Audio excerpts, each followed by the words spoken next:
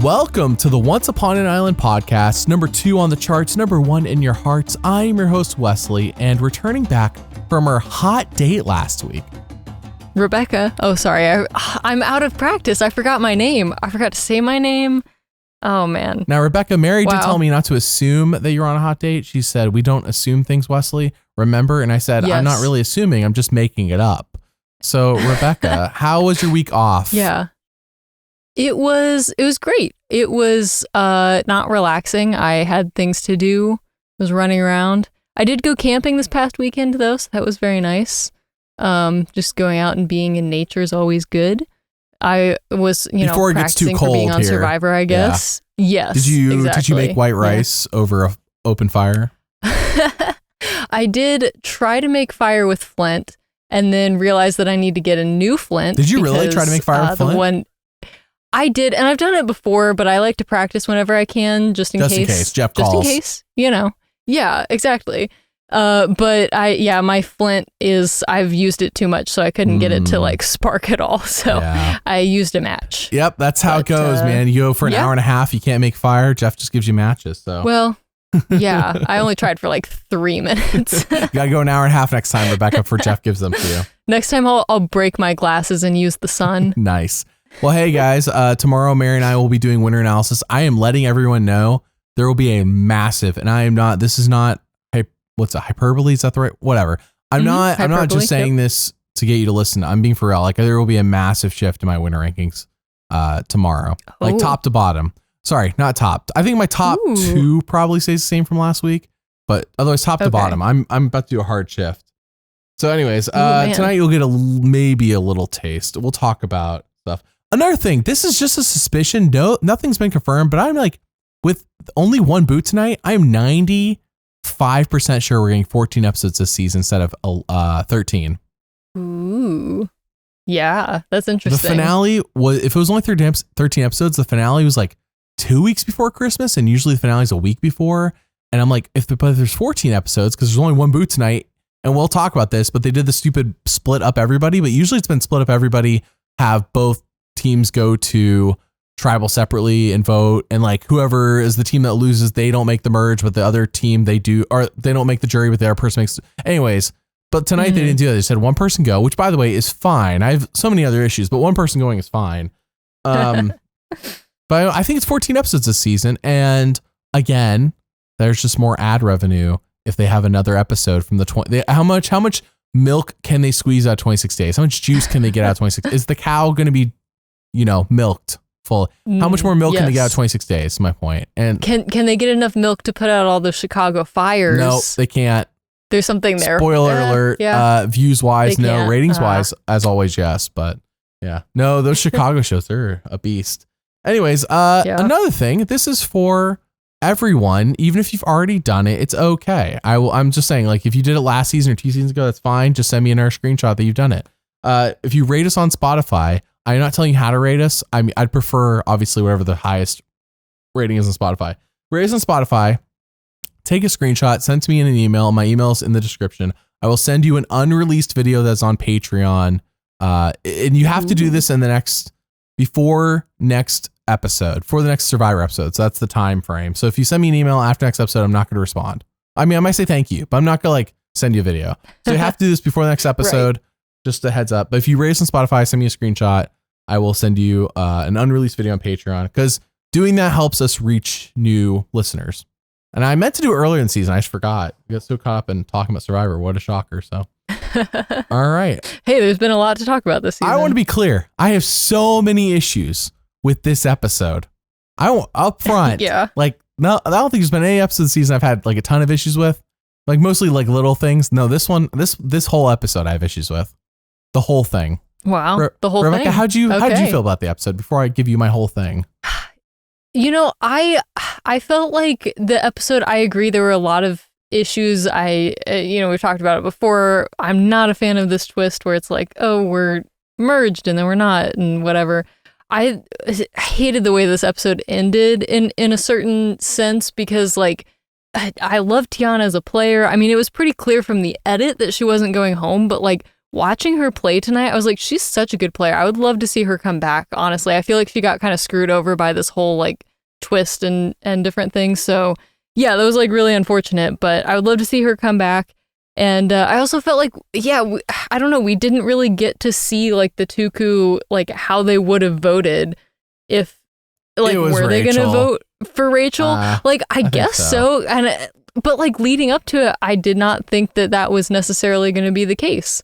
But yeah, then I guess Tiana started crying and I was like, oh, I guess maybe that was the plan. But anyway, so I agree. I had a lot of issues with this episode, and I'm excited to get into them with you. This has to be the most production, has their hands in the cookie jar episode I have seen all season and in a while, I gotta say.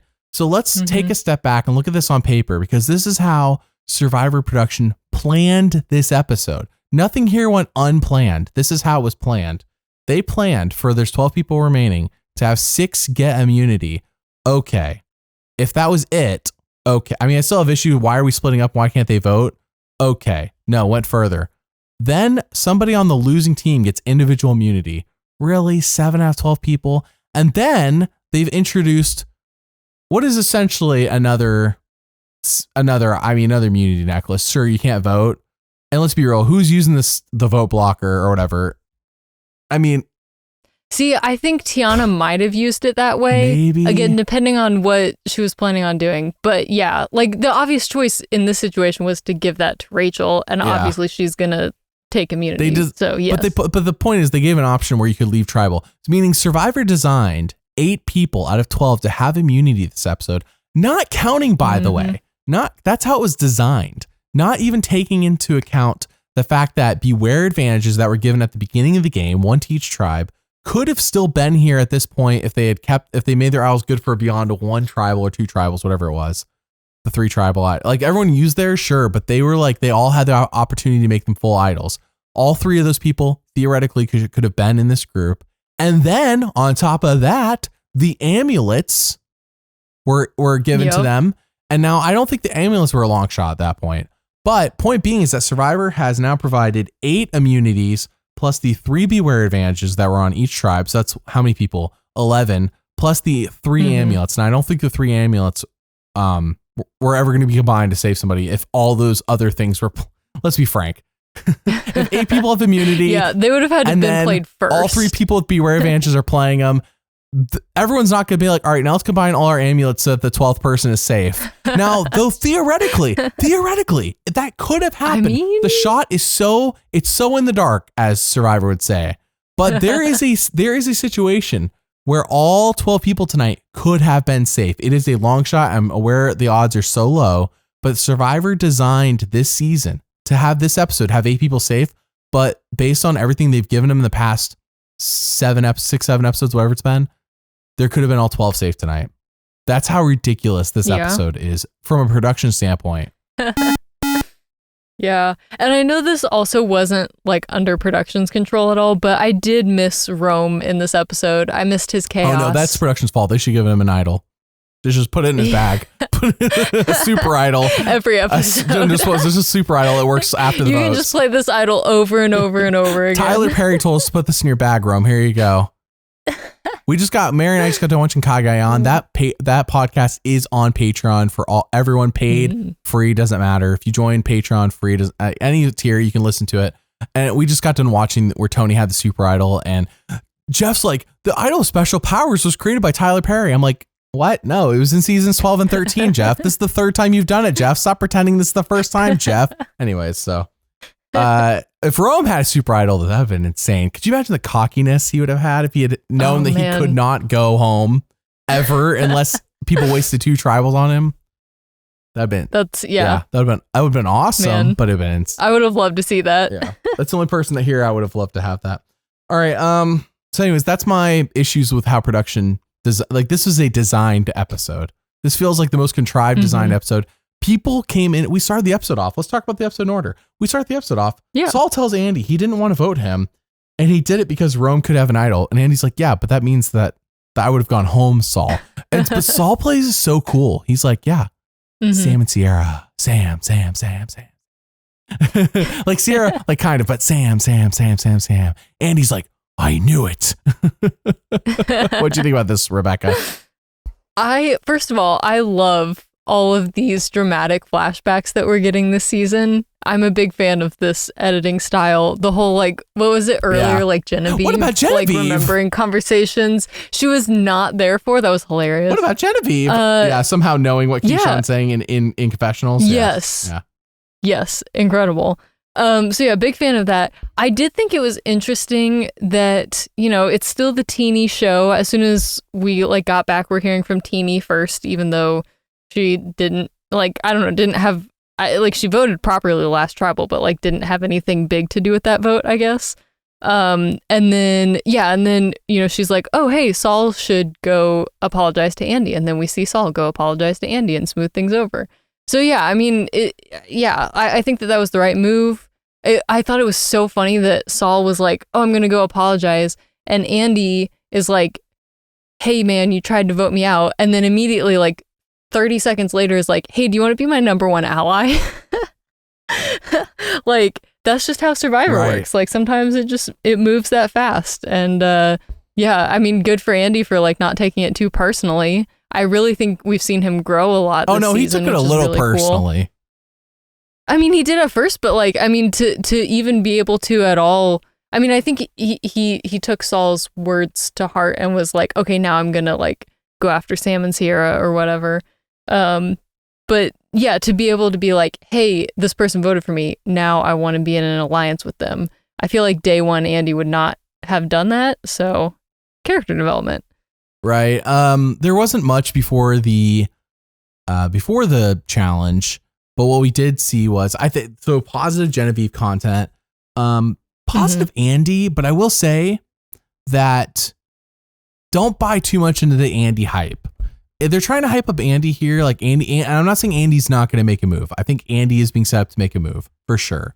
Don't buy too much into the Andy's going to win hype because of stuff like this. He is being undercut at points. Yeah. We even see it later in the episode. Sierra's like, Andy's such a messy player. Dude's not that good. As soon as anyone gets into an alliance with him, because I can't remember. Genevieve Sierra, was called Genevieve's him out in an alliance later, with him and now. then Genevieve was like, she's like, oh man, I really need Andy to calm down. Yeah. So it's you're the one that wanted to be in an alliance with him, but okay. The beginning of this episode definitely is setting up Andy making a move or attempting to make a move, and then maybe that's his downfall. Pick one.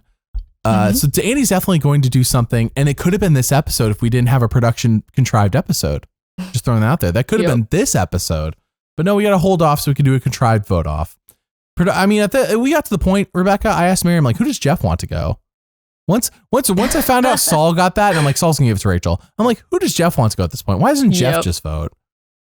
For real, why didn't just production vote for whoever they wanted? If everyone's safe, then Jeff gets one super vote and he can vote anybody out. Yeah, I mean, for real, we were to the point where there's only 4 people going to be eligible at Tribal out of a potential 12. Who does production want at this point? Is that just pick? You guys just pick.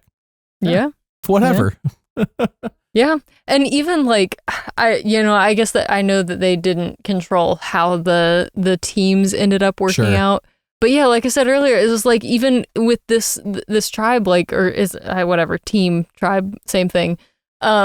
It was still we didn't learn anything new. It was just okay, Tuku is now voting as if they were, Jeff is like, oh, that's so cool. It's we're rewinding time. It's that's not cool. That's lame. We're supposed to be progressing in the game and we're moving backwards. I don't know, but I'm getting ahead of where we are in the episode. I don't know. Why did I not notate this? When does Teenie talk about the Women's Alliance? Is that after the immunity challenge? Oh, no, it's before. It's before. Good. Yes. So I'm how would I not notate that? All right. So Genevieve said she felt for Andy in episode 1 when he went ballistic at immunity. Okay. And says they could take back power in this game. Now, I believe, of course, that we are setting up something. Genevieve is moving up the winner rankings. Remember, the only reason that we ever knocked Genevieve is because she had an episode where she had 0 confessionals. Also, in the first 3 episodes, I think someone has on Reddit, they don't post this till Saturday though, so it's always too late for our podcast. But it's very interesting on Reddit. So we actually keep track of the amount of time people are getting confessionals, not just the number, which is a good metric as well. If I had it, I would talk about it on the podcast. Just it doesn't ever. I don't blame them, by the way. They got to go through and count the seconds of each confessional. I'm not like, that's work. And they're doing it for free. Yeah. Point being is Genevieve had like 27 seconds of confessionals the first 3 episodes, which is like nothing. Wait, all 3 combined? First 3 episodes combined. And the first episode was 2 hours. Remember that. So between 2, 3.5, between like 5 hours of show, I understand there's commercials. Between 5 hours of show with commercials, Genevieve had 27 seconds of talking to the camera. And like, okay, a winner gere that. Are we sure? You know, that's the only thing knocking Genevieve. Otherwise, Genevieve would shoot up the rankings for me. And she's like somewhere in the middle, I'm sure, by the time we'll see tomorrow where I land on everybody. Yeah. But I just can't put that super high at the top 3 when it's like, and I see so many people commenting Genevieve. I'm like, I know you guys want it maybe, but I don't know if it's actually going to happen. I'm right there with you. I'm like, I was seriously debating tonight, like putting her, it doesn't make sense to put her in my top 3, but like, I really want to, but yeah, just because of like all the reasons you were saying, like, who was she in the first, like, beginning of this season?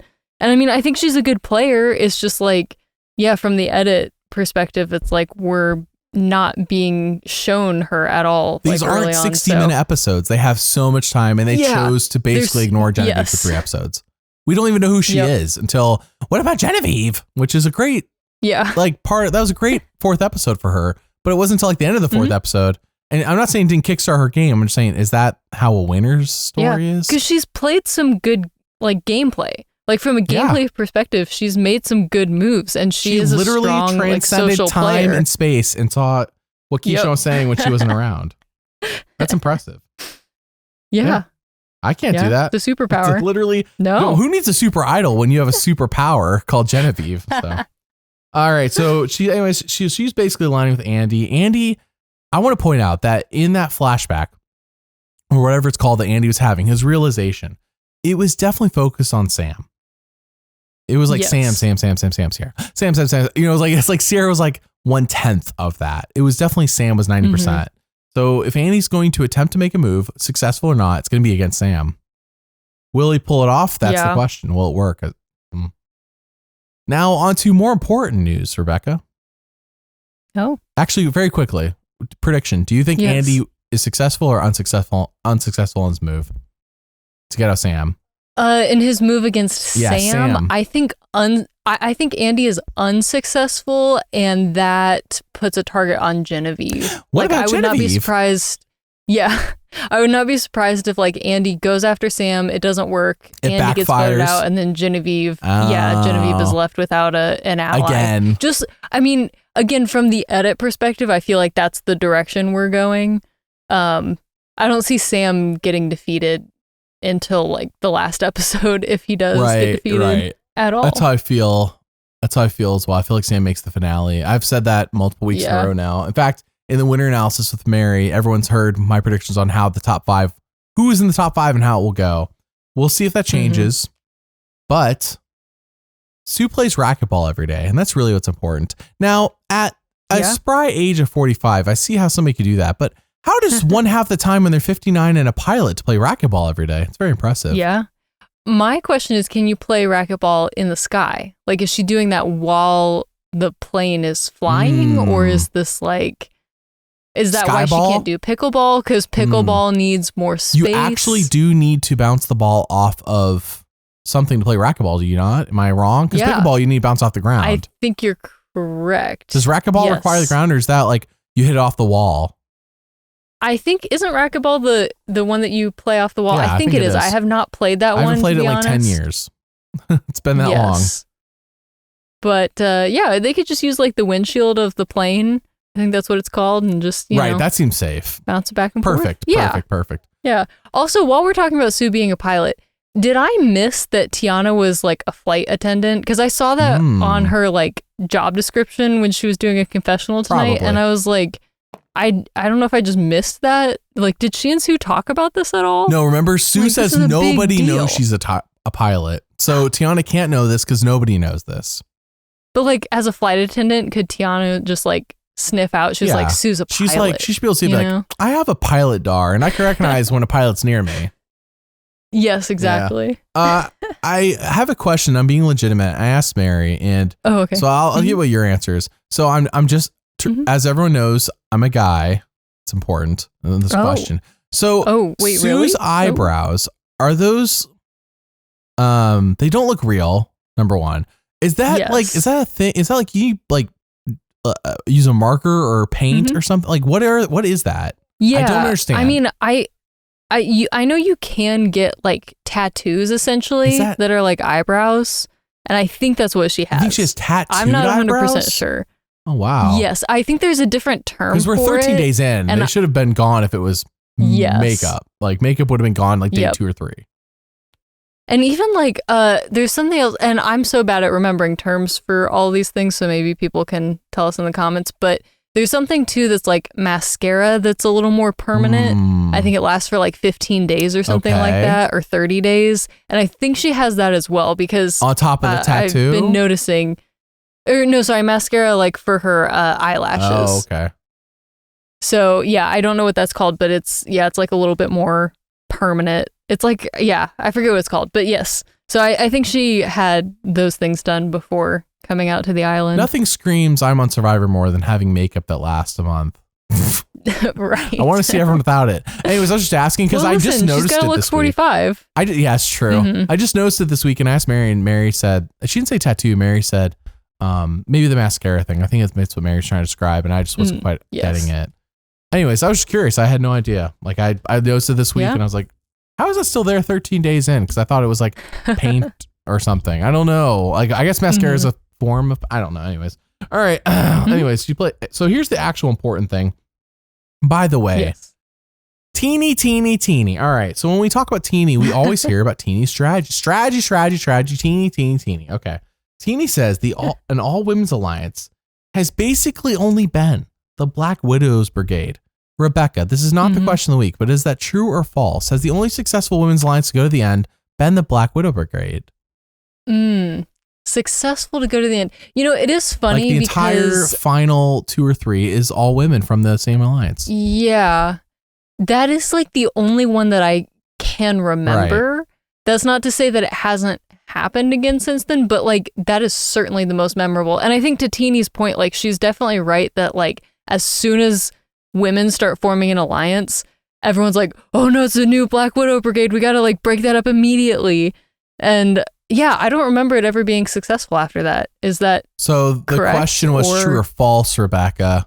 True or false? So I'm going to say true that the Black... Wait, what? The question was, is the Black Widow Brigade the only one to have, and this is not question of the week, the only all-women's alliance to have all of their members in the final 2 or 3? Okay, I'm going to say true, and if I get this right, I get half a point. It's false. It's false? Oh, man. I know One World sucks, but like the women ran that season top to bottom. Yeah. I mean, really, it was Kim. Oh, yeah. No, you're right. Everyone forgets One World, but like I just forget. There was literally a men versus women season where the men were so incompetent that they gave the women immunity in episode 4. It was the whole season. That's so funny. The women ran and they were the final 3. So I understand the Black Widow Brigade's most infamous, but they're not even the most recent. Like everyone forgets. By the way, but like, okay, to be fair though, that season was set up that way. Yes, the season was set up as men versus women, and so it's as if just that tribe won, because we've seen that a million times where like a certain tribe wins and like runs the season. Oh yeah. And you could equate the two.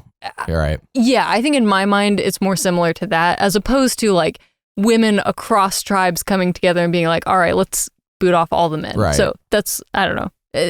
Nuance, I guess. Good point. Yes. Let's name everyone in the Black Widow Brigade. We have Parvati, Amanda, and Suri, all from the same tribe. And then we have Natalie, who is their puppet that they used. So, yes, basically kind of the same idea. There was all, okay, I guess technically Natalie. Yeah. And I know technically Alexis was in the Black Widow Brigade because she came up with the name, but like nobody ever remembers Alexis. Yeah. All right. Yeah, but she did literally come up with the name though. That's so sad. She did, and she was like the least. She's never in the infamous photo of the Black Widow Brigade either, because she was voted off before Eric. Did you know Eric gave up immunity to Natalie? Wait, what? Yeah, no, it was a secret scene. It was a secret scene. Wait, so. Is he the guy who also voted off his own mom? Or am I thinking of someone else? And that was also a secret scene. We don't talk about that. We don't talk about secret scenes around here. Right? Okay. Anyways, Teeny says, point being is that that's one gets brought up. I got to mention that there is never, ever in 46 seasons prior to this one, ever been an all men's alliance, let alone an all men's alliance.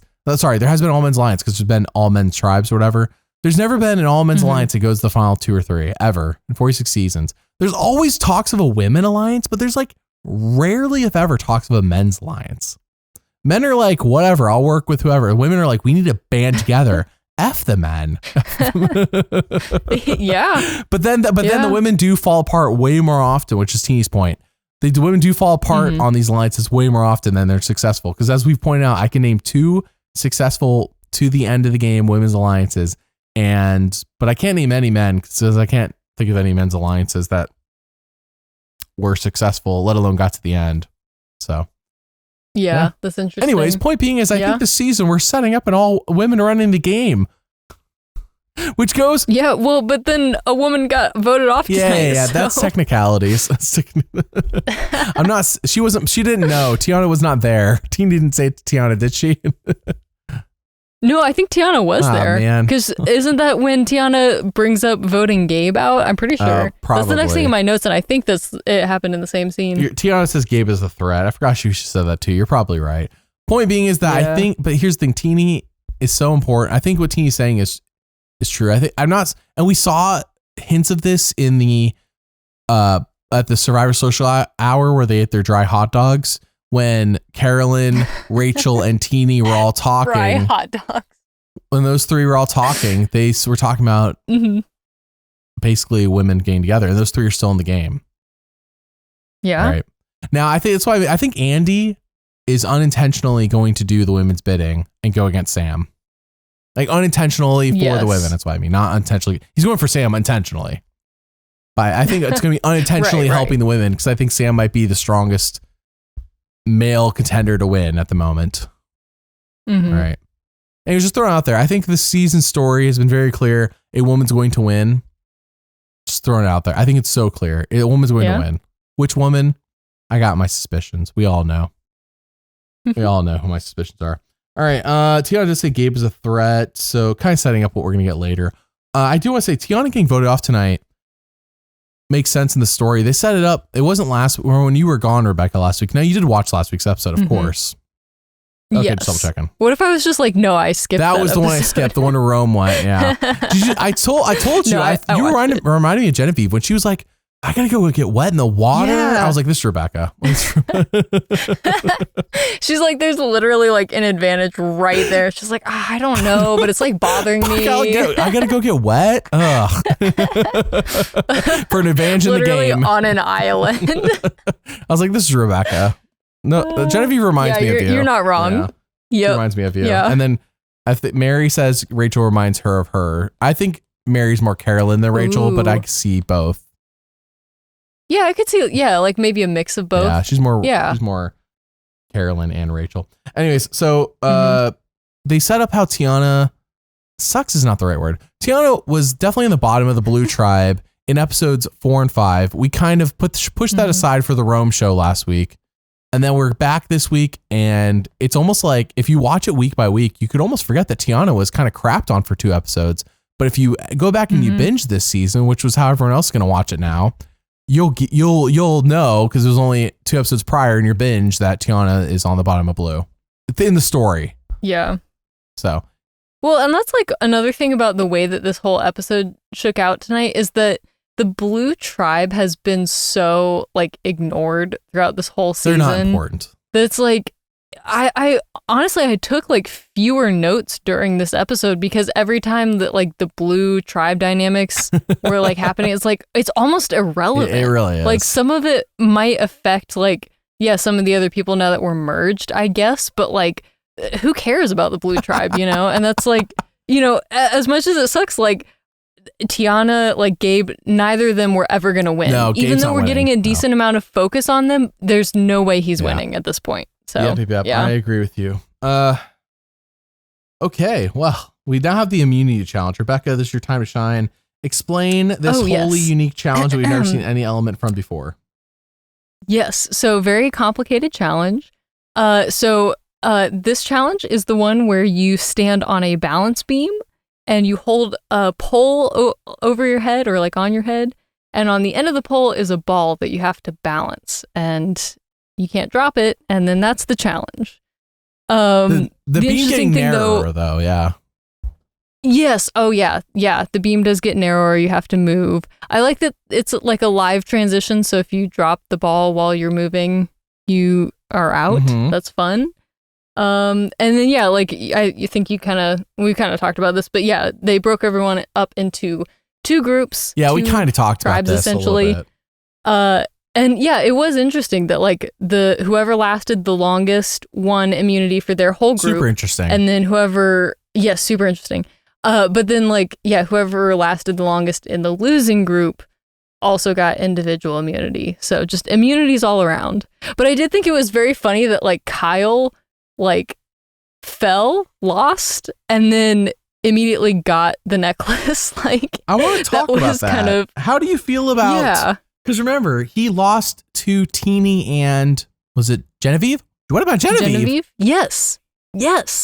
Which like, okay, I also thought was funny because like, I think Jeff or somebody made a comment after they drew teams of like, oh, like, you know, one side is super stacked, but like this is the type of challenge that anyone can win. Like you never know who's going to do well at something like this because it's so much more mental than like it, you know, just like mind over matter in a lot of ways. And it is physical, don't get me wrong, but like, yeah, I was very impressed with Teeny and Genevieve. Like they killed it. They were doing a great job.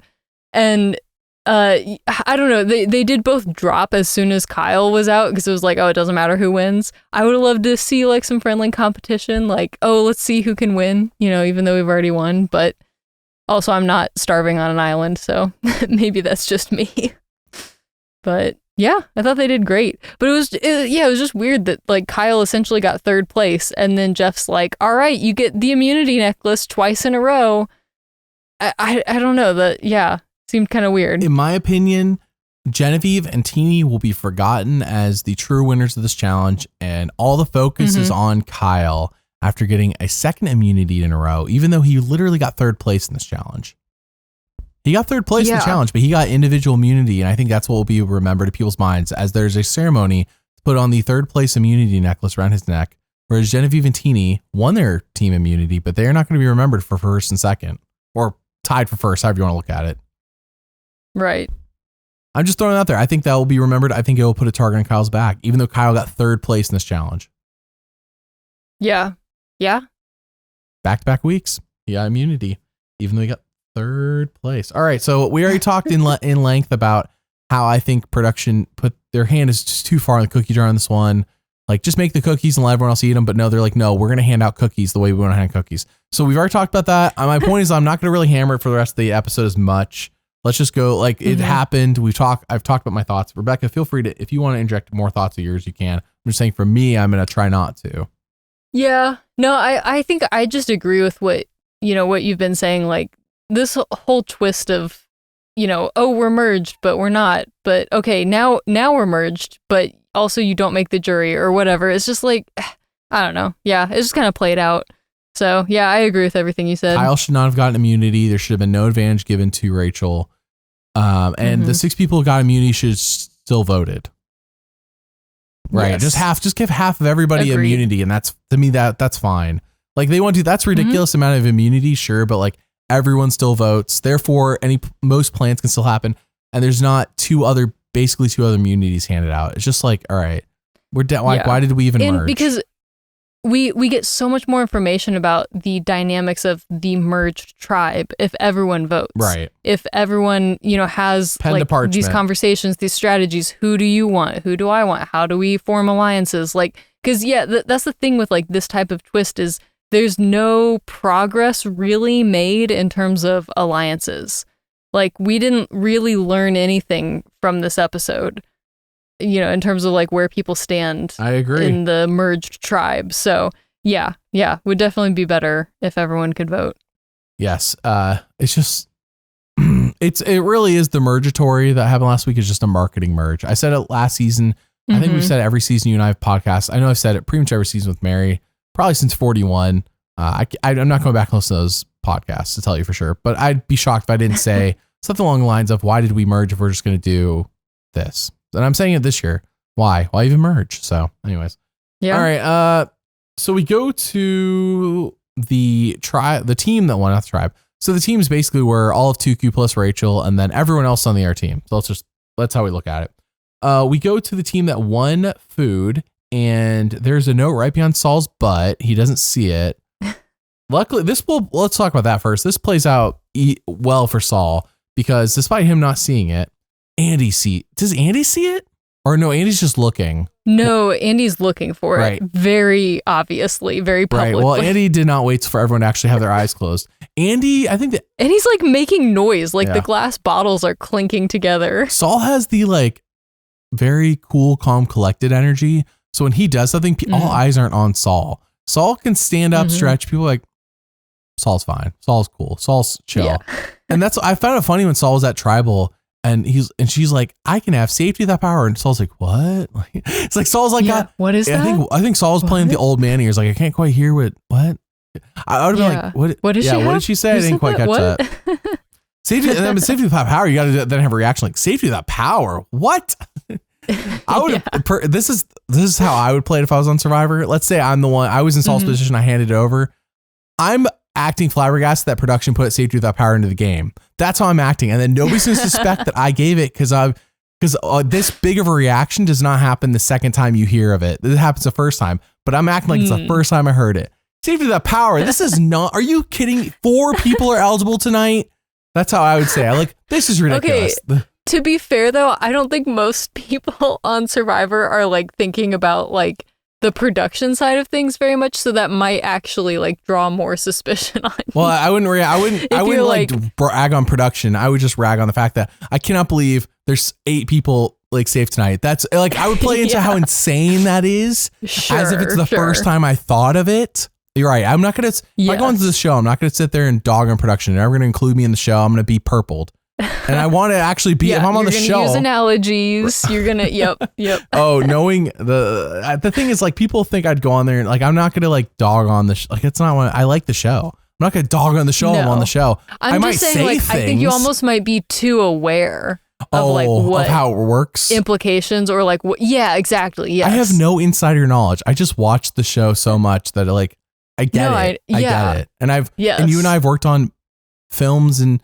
TV or not TV shows, but I've worked on TV shows, films and TV shows. Like I kind of know how like production works in a general sense. Right. So then I could apply it to this show and like, it's got so much evidence of how the show is made for 47 seasons. Like I get it. Like I get it. I get that when they walk to Tribal, they do it like 5 times so they can get 5 different angles. Cause how can we get a shot of them with us looking at the ocean behind them, but then when we get the aerial shot, there's no cameraman behind them as they're because they've walked to Tribal like 4 or 5 different times to get all these different angles, and we get one close up on them as they walk past the cameraman with as one person's usually smirking or whatever like that. They get like 4 or 5 shots of that stuff. That's all I'm saying. They walk out of Tribal and into Tribal probably 4 or 5 times, I would say.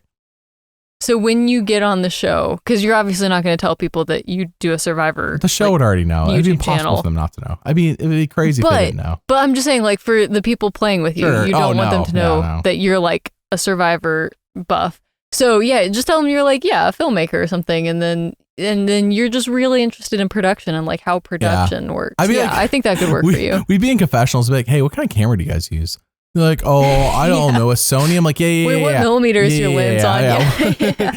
Wait, how close are you? Can you see? Now, what resolution? And do you guys, when you deliver to Paramount Plus, is it in 4K or is it just 1080p? What program do you use to edit? You guys using probably not Adobe, right? You're probably using what's the other one? What's the one that Avid or something? Yeah, I was gonna say, what's the one that people get really high mighty about? It's Avid. Yeah. They're not using DaVinci. DaVinci's for DaVinci, by the way, for anyone who's actually interested in film editing, video editing at all, DaVinci is a very good free option. Like very good free option. Yes. And if you learn DaVinci, you can figure out Premiere. Like if you have They're to. Very like DaVinci, close. Premiere, so similar. Yeah. And DaVinci designed it that way on purpose. Adobe Premiere is a good paid option. I used Adobe because DaVinci was not good as a free product when I started. And I'm just now I'm into Adobe. Adobe hooked me and like, I'm not going to go learn DaVinci. But I have looked at DaVinci enough to know that DaVinci is a very good free option for those listening and wondering. Yes. And I will say it's also even a good paid option. I'm a DaVinci girly myself. Nice. For anyone who's wondering. And it's very nice workflow because you can do everything all in one program, edit, sound mix, color, all that jazz. So it's very nice. And if you do want to buy it, it's like $300 one time and then you own it forever. So yes, that's I don't get a kickback which is better than Adobe, where I paid Adobe like $25 a month. Anyways, this is not related to Survivor. Just for those anyone interested in just even like it's a good rabbit trail though. Just trying video editing, like you can use your phone, take video and give it a shot. DaVinci. Yeah, iMovie on your phone is even like an option if you don't have a computer. Yeah. Pro tip for everyone: don't buy Apple products. Like I'm just joking. I'm just joking. It's okay. Chill out. Ooh, this is awkward. It's okay. I don't actually care that much. Just a joke. All right. I just think I like that you can build your own computers with Windows or PC or Linux or whatever, That's the only thing. If you don't care about that, then obviously Apple's very valid. All right, moving on. Yeah, you get more bang for your buck. But with Windows, yes. All right. With PC, yep. Gabe says these people are all tools for him. And the moment he said that, I was like, oh, crap. I thought that meant he was going this episode. That's the kind of stuff you say before you voted off in this show. Yep. I was like, holy cow. By the way, Rebekah, people tune in for the rabbit trails. So, Yes. Hopefully that rabbit trails are great. Rabbit trails, okay. All right. Keeping Blue together is the most important for him. Rachel was going tonight. Mm-hmm. Yeah, which is so interesting because they talked about this so much, but it's so true. If Blue just voted out Rachel, that's the smart move. Then the other 6 people are just going to be like, okay, let's take out that 5. Maybe, but then you need 2 tribes to coordinate and agree. And I don't think that's going to happen. I think that, I don't know. I think it might have. Maybe. I don't know. I would risk it. Could be wrong. Screw that. But I do agree with Caroline's perspective of even if that did happen, it would be Kyle and Gabe would be like the main targets. And to be honest, I do think if you're on Blue Tribe in this situation, you only have to make it through like 2 votes. I'm not saying that the other 2 tribes are going to completely wipe them out, but I do think for like a vote or 2, Blue Tribe would be like a big focus. And who knows? Maybe we'll get to Final 9 and we'll do that stupid twist we did for the past 2 seasons where everyone split up into 3 groups of 3. Yeah. For no reason whatsoever. Yeah, who knows? For no reason whatsoever. So anyways, point being is I if I'm on the Blue Tribe, I don't care who I am on the Blue Tribe. I run the risk. Just vote off Rachel. Let her play her shot in the dark. Who cares? Vote off Rachel. I know they're all just telling Rachel stuff so she doesn't play her shot in the dark. And maybe she has an idol. They don't know if she has an idol. Maybe she has an idol and they're just like making her feel good. But the reality is Rachel was going. And that was the smart move for Blue is vote off Rachel here because, okay, sure, you got 3 Gata and 3 Lavo. But like, again, you need 2 separate tribes who've only known each other for 2 days to now coordinate and attack against you. And if all 5 of you work together, I'm sure you can get one of them to flip to you because one of them undoubtedly does not like one of the other people that they're working with. Whereas if Tuku stays strong, now, by the way, it'd be a more boring season if Tuku just ran the gambit. But if I'm on Tuku, I'm not worried about the excitingness of the people watching what I'm doing. I'm trying to win the game. And if I'm on Blue, I'm sticking Blue strong and riding that. 5 versus 6, sure, but you can get one of those 6 to flip. And if you can't, well, time to scramble. Whatever, you got time. Go look for idols, Right. They're popping up everywhere. Yeah. Just things all. I'm sure there'll be a journey next episode. Why not? Oh, there's an auction. Yeah. There is an auction. Just write a letter to Jeff and be like, please, can I be a Mew in this episode? Dear Jeff, I hope this letter finds you well. Writing in the sand. I hope the sand letter finds you well. I will say, hey, auction next week. Do we think it's the same as 45 or do we think they've improved it? Will they have to find money in the forest only to then be punished for having the most? Remember, whoever had the most money, I think lost their vote at the end of the auction. So you're punished. That was interesting. You were punished for having the most at the end of the auction. I think, they should just get to keep whatever money they don't spend. It's my 2 cents. Well, that's how it used to be. But I'm actually curious. Do you think they're going to do exactly the same as 45 or do you think they'll tweak it?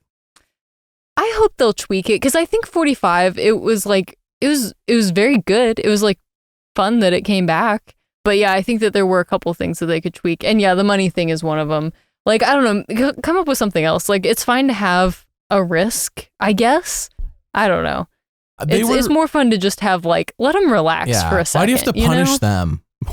Do we need to punish them during the auction? The auction's the one time there should be no punishment. Unless you buy a food uncovered or that's covered and turns out it's like slugs or something like that. Like, okay, like that's fine. Sure. That's fine. That's expected at this point, but definitely not. Hey, you don't spend your money. You're losing your vote. Like, okay, Survivor, it's a bit extreme. Chill out. Let's remove that part. Survivor, like, honestly, recently they just love taking people's votes away. They're obsessed with it. Like, okay. Yeah. I think the only tweak from 45 I hope they do is just truly just like, sure, have people find money in the forest. Like that was fine. That's good. It's everyone doesn't just get $500. That's fine. Go look for money in the forest. Bruce like, I'm going to casually walk around and find $20 or whatever. He found like $80. I think he had the least, but I just don't punish people for not spending it. Just tell people like, hey, like you're not keeping the money, number one. So therefore they don't have a reason to keep it in their pocket. And also be like, there's no advantages. That's it. No advantages. You're not keeping the money. Buy food. That's what we're here to do. I forget. Did they do like loved ones letters last in 45? I don't think so. No, remember because Katurah got it later and she was like, I said no contact with my mom and yet here's a letter from my mom. And that was a reward that was later on the season. Oh, wow. I forgot about that. The only thing about Katurah where I'm like, you know what? I feel for you. Because always I'm like, Katurah, why do you keep making bad decisions? And I'm like, maybe it's because she grew up in a cult. Oh yeah, that whole thing. Oh man, yeah. Katurah, why did she did hate Bruce? So she did. She freaking hated Bruce, and then uploaded a 6-minute video on TikTok explaining why she did not hate Bruce. But nothing in that show said the opposite of I hate Bruce. It was definitely I hate Bruce all season. Bruce is dancing in a boat. Katurah's just like looks of disgust on her face. Look at that idiot over there. Freaking hate Bruce. It's like he's just Bruce is just being stupid, and Katurah's like freaking hate that guy. All right, that was one of the funnier running gags for sure. If Katurah ever comes back, they have to bring Bruce as well. If for some reason, or she needs to find a new enemy. No. I want it to be Bruce. It's someone else, but she keeps calling them Bruce. Survivor 50 rivals. I just hate that. Katurah Bruce. On one tribe, Bruce on the other. Like, or you put that's what you do. Rivals. Ooh, there you go for your returning season. Okay, I like that. I like that. I'm in. I don't know how many rivals they could conjure up, but I'm sure Rome versus everybody. Rome is on his own tribe. Rome's rival is Saul, though I don't know if they'd bring Saul back. I feel like Saul's not a big enough character for a returning season, but anyways. So Tiana proposes Gabe to Kyle. Honestly, as you said, like Blue's talking, and I'm like, okay, but like how much is this actually relevant? Yeah. Right. Sierra says Andy's a sloppy player as he looks for something, and that's the thing. Before the immunity challenge, we heard from Rachel and Tiana, which I thought was telling because I'm like, out of all the people we're hearing from Rachel and Tiana, like these people are not important storyline. Turns out it's because they're both, one's going home and the other one is supposed to go home. But Sierra being the one who's dogging on Andy for being sloppy is very telling. If it feel like in the storytelling, it's very telling. The storytelling is quite telling. Yeah. I feel like Sierra, even though she's been in an alliance with Andy for a while now, I still feel like there is, I don't know, what's the word I'm looking for? Just, she still doesn't trust him. There's still Why would you? Because of, like the first episode, it's not just trust though. It's like, I think that she's like very wary, like almost looking for a way to not be in an alliance with him, but she's kind of like forced her hand. Yeah, exactly. Yeah, she's just like Sam is her number one, and then Sam was like, okay, so we're working with Andy now, and Sierra's like, do we have to? But she's not gonna like not work with Sam because they did fight about that for a little while, but now I think Sierra's just kind of accepted it. Shoot, Rebekah. But yeah, she's constantly like, looking for a way to dog on Andy. Really, she is. Yeah, you're right. It just hit me today. Well, not today. Today you and I are recording, and people are listening on Patreon, or the day it's uploaded to Patreon is not Halloween. But I would be remiss to mention that the day most people are listening to this is going to be Halloween. So happy Halloween! Yeah. Very spooky. All right, spooky. There you go. So I had to put that in there because I'm like, oh shoot, when people listen to this, it'll be Halloween. Yeah. All right. Yeah. So Saul finds the note instead, very casually. Nobody suspects a thing. I don't want to close my eyes. All right. Caroline thinks Rachel is the glue of Gada. And I was like, incorrect. We already know Sam is. Yeah. That was an extreme misread. Really? I Rachel, guess. who's actually on the bottom of Gada. Caroline, so I'm not knocking Caroline. She's only known Rachel for like a day and a half. Right. Yeah, fair enough. Yes. Like, she doesn't know. But again, this is like, okay, again, this would have been so much more interesting if like everyone was together in these strategy conversations. Yeah. This kind of mystery would have been Sierra funnier. Or somebody would have been like, no. Yeah. Well, no, I'd be like, if I was Sierra, I'd be like, you're right, actually. Without Rachel, I am nothing. It's 100% Without Rachel, Or I am Andy, nothing. If you wanted to vote actually, Andy out. Andy was the leader of the Gotta tribe. Yeah, he's the mastermind. It's really, this whole thing is just an act. He's a really good actor. Sierra and Sam Sam or Sierra lays out like entirely like how Andy's. It's been you know how the on WandaVision it was Agatha all along, and then they end up making a spin-off. It's been Andy all along. They like lay out. It's actually been Andy all along. There's like a musical number and everything. Sam does a freestyle rap. It's a whole thing. Playing with the boys. They do one of those, but it's Andy, and Andy turns out Andy actually orchestrated the John vote. And we cut to a confessional Andy. As I go into this immunity challenge, I'm going to blow up about how insecure I feel and to get John out of this game. And then who's the other person that went? Annika. You cut to Andy and his German thing that he says is Annika's gone. He's like, I've been playing this for 10 episodes or 10 days or whatever. And it's like, playing with the boys. And then Caroline's like getting all these like flashbacks and seeing all these things that she was not there for. It wouldn't be Caroline. It would be Genevieve. Genevieve would be like, Genevieve sees all flashbacks. You're so right. Yep. Genevieve even saw when Andy was thinking about Sierra and Sam. Genevieve sees everything. Man. Yeah. Genevieve. What about Genevieve? Genevieve's like all of a sudden. Genevieve's like Wednesday from the show Wednesday, where she like touches things and randomly gets like a vision. That's Genevieve. Genevieve's getting vision. She's getting a vision about it was Andy all along. Man, the amount of pop culture references I got going on is pretty insane. Yeah, this is impressive. You're welcome. This is good. Some days sometimes I got it, you know. And the other days, playing with the boys. All right, that sounds actually kind of all right. Caroline, so she was wrong. Gabe talks to Rachel about maybe getting Caroline out. Yeah. Rachel says Gabe's being fake. Accurate. True. Rachel had nothing. She couldn't do anything. There was no idol. Like Rachel was, this is what I mean. Rachel was, without Survivor production introducing something to save Rachel, not to save Rachel, but to save Rachel. Rachel was screwed. Like there's nothing. She could play shot in the dark. And I don't know if it had been successful. That's the only move she had. Do you think she would have? I assume she better have. Yeah. Probably tried it. That would have been dumb not to. Like this is the most obvious I feel like she did believe Tiana a little bit though. But she did not believe Gabe at all. No. So yeah, I would have been surprised if she Saul didn't. gets to choose your advantage. I'm trying to think is there anyone, let's say Saul didn't find it, right? Is there anyone else in this 6 between Lavo and Gata that finds this advantage and doesn't give it to Rachel? Who is there? Would they give it to? Is there anyone here who'd give it to anyone else?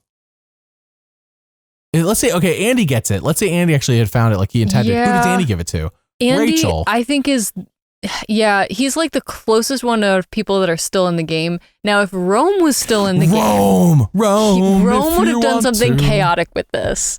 Yes. He would have given it to someone else, I think, just for pure chaos, and that would have been amazing. Rome would have given it to Kyle. Yeah.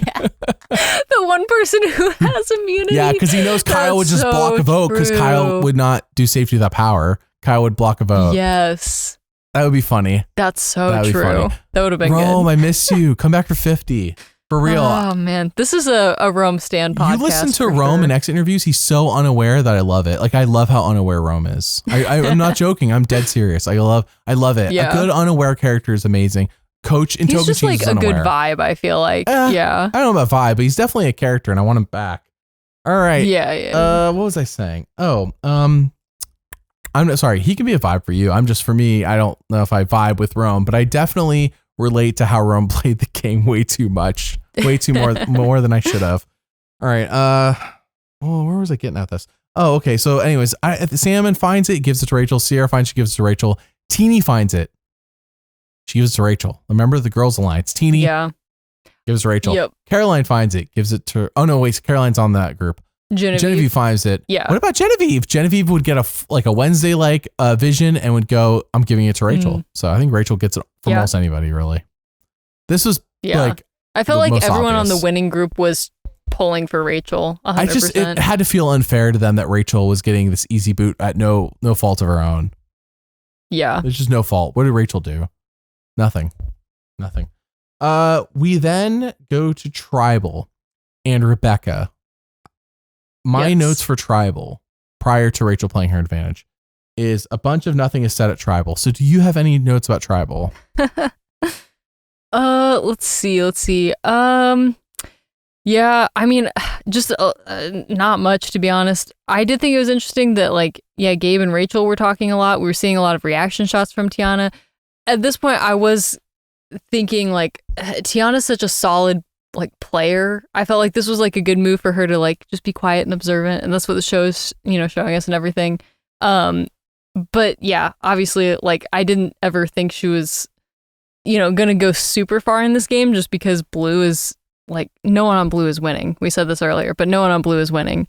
But I would love to see her come back. Like, that was really my only note, was just like, man, I wish that she would come back and play again, because I feel like this was a really, I don't know, just disappointing way to go.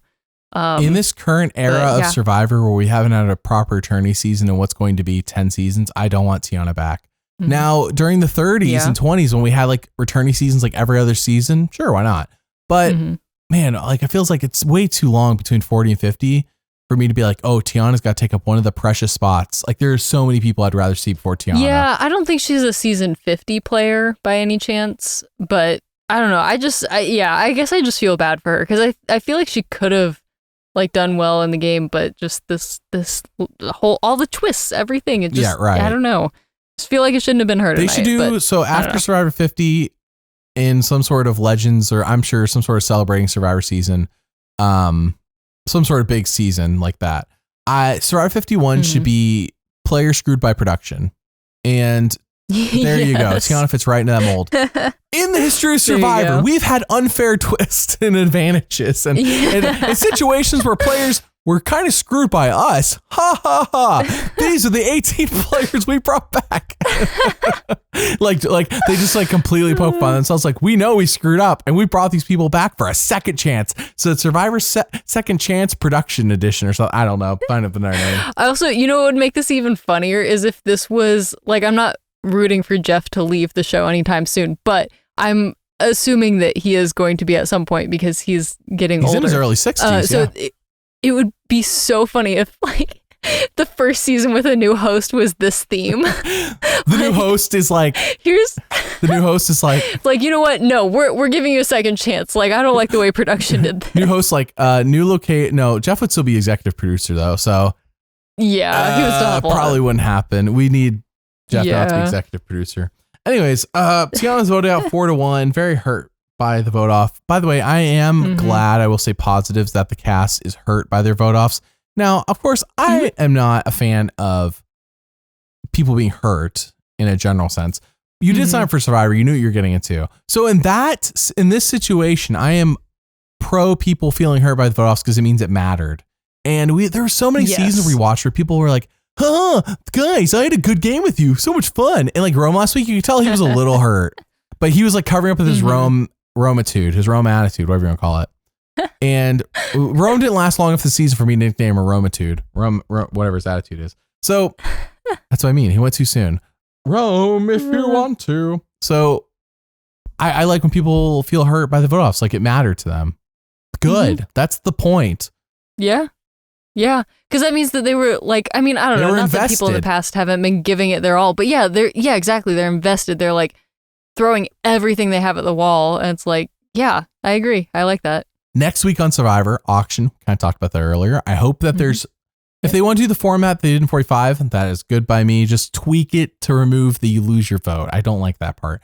Now, if Jeff wants to, now I will accept if Jeff goes, I have two advantages. One is good, one is bad. And people bid for them. Ooh. And two people win, and one is lose your vote, and the other one is, like, a clue to an idol or something like that. Like, that's fine. If people knew, like, you can risk it if you want. One of these is bad, one of these is good. That's fine. Okay, but what if it's, like, something that's not lose your vote? So one is an advantage, one is a disadvantage. Both are clues to an idol, but one, there's no idol. So you're just like... One's the real clue to an idol, and one's a fake clue. See, I'm okay with that as well. Yes, I love that. That's so fun. See, okay, but I'm okay with that because, again, the players had a choice. It felt like they were strong-armed into having to spend their money 45. Therefore, the auction kind of came... Okay, who has the most money to win this item versus who wants this item? So then they got like that beauty shot of Dee. She's like, I spent $600 in this milkshake or whatever. Like that was an insane amount of money. Yeah. It's like, yeah, but Dee was strong armed into making that decision. It's not like, it doesn't mean anything to me. And then she joked about it on the On Fire podcast. I'm like, yeah, but like, again, you were strong armed by production to do that. You didn't have a choice because you didn't want to lose your vote. So like, again, like it doesn't make it mean something to spend $500 or whatever on an item. And the only way to do that is to not force them to do it. So anyways, I hope that that's the tweak they make next week. They have had they did get to see the reaction of 45 and what people were thinking before they made the auction for 47. So Sierra says next week, let's take out Tuku. If Sierra says it, I believe it. But Teeny's also said there's an all women's line. So I guess that would be a guy in Tuku, which in my opinion, for those playing fantasy, look at Kyle maybe. Or Gabe. Gabe was set up this week. But Kyle also winning these immunities. But also like, Tiana was the number one person throwing Gabe's name out. And now that she's gone, like, I don't know. I'm not saying that no one's going to throw Gabe's name out. But yeah, Kyle doesn't want immunity. Right. Yeah. If Kyle gets second place next week in the immunity challenge, people are going to be like, dude's won 2 immunities. Even though technically he got third. Dude's won 2 immunities. He almost won a third. Yes. We got to vote off Kyle. That's what happens a lot. Yep. Andy says they're not going to see me coming. And I really hope this is a situation, you know, when like a child's like, I'm going to sneak up on this adult or another child, whatever. And they're like, okay, acting really sneaky. And then they sprint their hardest and then they trip over nothing on the ground. And to them, not funny. To everyone watching, hilarious. Like you were so dead serious about doing this sneaky up move. And we all heard you coming, number one. But number two is that you then tripped over nothing on your way there.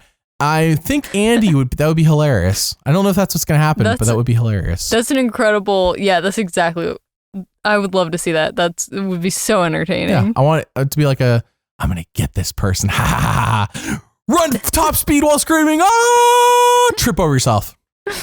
Hilarious. At first I thought that you were building up to, you want them to play hide and seek again. No. Which I would also be only a fan of. If Q is big mistake. Q, he just like pops out from behind one of the camera guys. He's like, big mistake. You're in a tree. Huge mistake. You played hide and seek when I said let's play hide and seek. Big mistake. You didn't play, or you didn't play hard enough. Q has also a big mistake. Q's wife gave birth to a child this past year. That child's going to grow up and learn all about playing hide and seek and how that's a big mistake with his dad or her. I think it's a guy. I don't know what the child's boy or girl, but I think it's a boy based on what I remember. So either way, I'm going to be honest. I saw this kid at the Nashville beach drop event and I couldn't tell you. I don't know. It was a very small child and they all looked the same. Those wondering about that, check out our podcast about the beach drop event and how Rebekah went to it and it sucked. All right. Let's move on. But I got to meet people, so it was worth it. That's not what you said on the podcast. Well, it's more nuanced than that. They have to listen to the whole podcast if they want to. My title made it less nuanced, but you are more nuanced as a person. Duh. Yes. We're all people. All right. It's not all black and white. Yeah. Rebekah, you ready for fantasy team time? I am so ready for fantasy team time. We are 7 weeks into, I assume is now a 14-week season.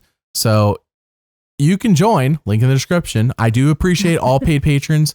I appreciate all patrons, but really paid patrons are what keeps us free of having to sit here and shill you companies' products, like for real. And I really appreciate that. Like Rebekah and I don't have to sit here and pretend that we like stuff that we don't actually care about. We really appreciate that. It keeps the channel sponsorship free if you want to support us on Patreon. It's only a few bucks a month if you do. You get lots of things such as videos early. You get to join the fantasy league, which at this point, I feel like if you're joining at this point, it's just for fun because what are the odds of you winning with only half the season left? I don't know. Anyways, point being is fantasy team. Rebekah, did you put any points on Tiana? Any votes on Tiana?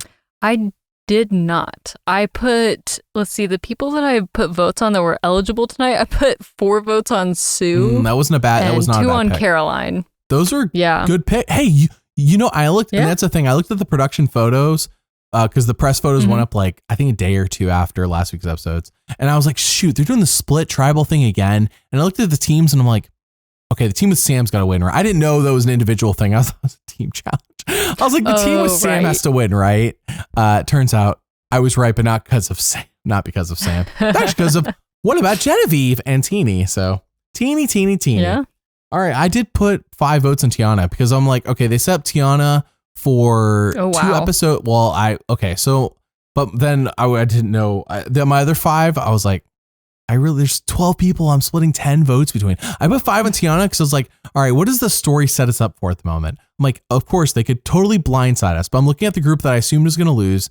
And I'm like, all right, of those people, who has a storyline they've been set up to fail? I'm like, Tiana. Tiana's the only one. Like Caroline, no. Gabe, I think Gabe's going far. I don't think he's winning. I think Gabe's going far. I'm like, Kyle. I'm like, who is Kyle? And I was like, who's going? Sue? Yes. I'm like, they're not voting off Sue. She's the meme character. She should make it a little bit further. Tiana. I'm like, Tiana's the one that has a story at the moment where it seems like she was set up to at some point get voted off. By the way, interesting that they set up that Tuku doesn't like Tiana and Tuku wants her out. And then we get to this tribal and it really is a Tuku tribal council. So they show knows what it's doing. Yeah, Tiana. I put 5 votes on Tiana. There are others I split. And so I got 5 votes from that Tiana vote. So bully for me. Nice. As Jonathan Penner would say. So you're still beating me. I'm so mad. I'm like, well, technically, my team is Annika we and had Gabe. The same number of points. But my team is Annika and Gabe. Know. And what Annika's gone. She can't do anything for me. Gabe is my only one, and I don't think Gabe's making it.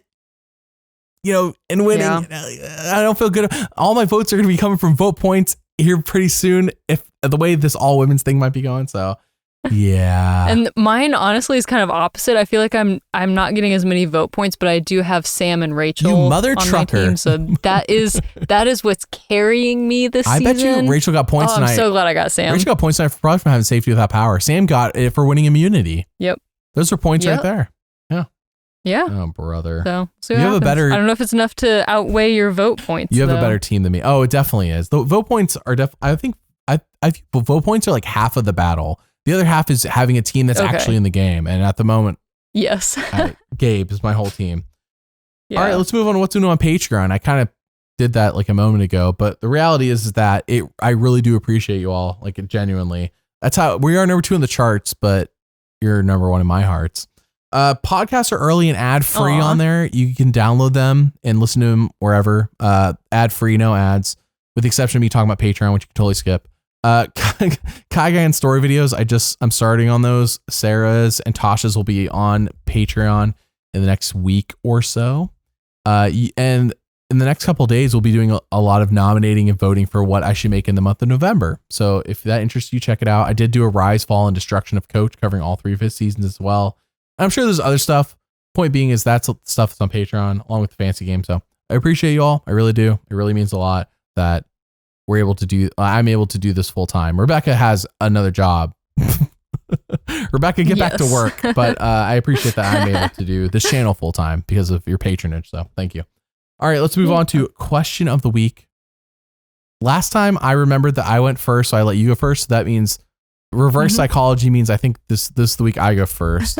If my memory serves me correct. Okay, before you ask, just a quick where we're at in the rankings. Please. So you have 3 points, I have 2 points. So that's where we're at right now. Up by 1. So this is my moment for my comeback. I can feel it. Probably. I mean, the question I came up with isn't too hard, I think. Oh no, watch me whiff it now. We'll see. I mean, I always give you multiple choice, so you always have a 25% chance to get it right.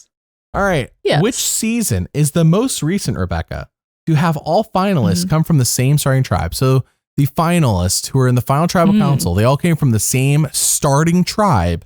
Which is the most recent season this occurred? Your options are season 28 Kagayan, season 30 Worlds Apart, Survivor 41, or Survivor 42.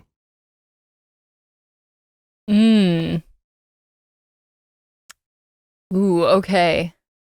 See, here's the thing. I don't remember anything from 41 or 42. I was banking on you forgetting 41, 42, frankly. That's why I put it. Yeah. That's why I put him in there. So I'm not sure if those are just total decoys. I try to, honestly, I try to go to seasons, and when I say I threw them in there, I try to go to seasons I think Rebekah has not watched this in forever or does not remember this. So like all 4 of these seasons, I'm like, I bet you Rebekah, maybe Kagayan. I was like, Rebekah probably doesn't remember these seasons. And probably does not know enough to answer this question, despite the multiple choice. And sorry, what was the 4th one again? All your options are Kagayan, Worlds Apart, Survivor 41, 42. These are all seasons I figured you haven't watched in forever, or you probably don't remember who's the final tribal. That was my thought process. Okay, Worlds Apart. We were just talking about this. Were we? before the podcast? No, we were not. We haven't talked about this one in forever. No, we were talking about One World. Never mind. One World. See, all the worlds get you screwed up, huh?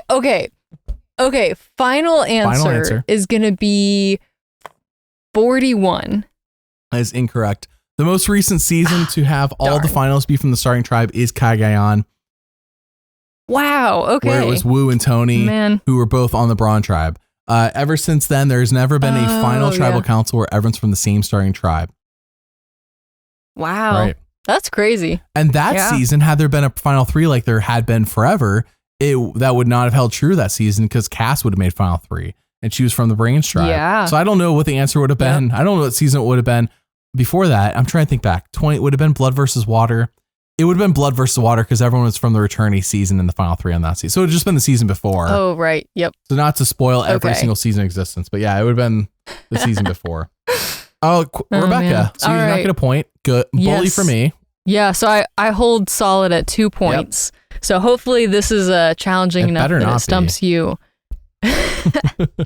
All right. What is the only season that features multiple three-way ties in the votes at Tribal Council? So multiple three-way ties. Okay. And your options are, so there's 4 options, 1 correct answer. So your options are Fans versus Favorites 2, the second one, Redemption Island, Palau, or Blood versus Water 2. There's no way on earth it was Palau, so throw that one out. Is that correct? It's not Palau? Okay. That is correct. What were the, so you got Caramo and Fans versus Favorites 2. I have San Juan del Sur, aka Blood versus Water 2. And what was the other option? Redemption Island. There was like no three-way ties in Redemption Island. That was the Boston Rob rules everything. Everybody does what he says season. So it's not Redemption Island. Is that correct? That is correct. Although there was a three-way tie in that season, but that is correct. But that was to get out Russell Hantz, then they revote or whatever. The memory is too much. So how there was just multiple, which means there's 2 or more, probably just 2. Shoot. I don't remember San Juan del Sur well. Flip me. I don't remember San Juan del Sur well enough. So I want to guess Caramoan because I'm like, okay, the one I know the least about off the top of my head is Caramoan, so it's probably that. And I have watched San Juan del Sur in the past year, but like, it's just one of the seasons I don't really like the seasons I picked for you. It's just a season I don't really think or care about. It has moments. It's just the season as a whole. I'm just like, it's whatever. Shoot. I'm going to say Caramoan. I'm going to feel dumb though. Final answer. Yeah. That is correct. Get on my level. I mean, it was a guess, but get on my level. I did narrow it down to 2 out of 4, but. Yes. Yeah. Yeah. So, all of those seasons had at least one three-way tie, but Caramoan had 2. Well, do you know what the 2 three-way ties were? Yeah, it was Eddie, Hope, and Shamar, and then Hope ended up getting voted out. What a nothing tribal. All right. So, yep. And then the second one was Andrea, Malcolm, and Reynolds, and then Malcolm ended up getting voted out. That was a big tribal. Which I had forgotten about. I feel like I should have remembered that one. Mary, so spoiler alert, Mary has not seen Caramoan yet. And so I've successfully, that one in Second Chances, I've successfully hid how Caramoan plays out with the absolute insanity of Brandon's like meltdown and all of like the post-merge shenanigans. That season I know not a lot of people like it, but I have an affinity for the absolute messy craziness of most of the season.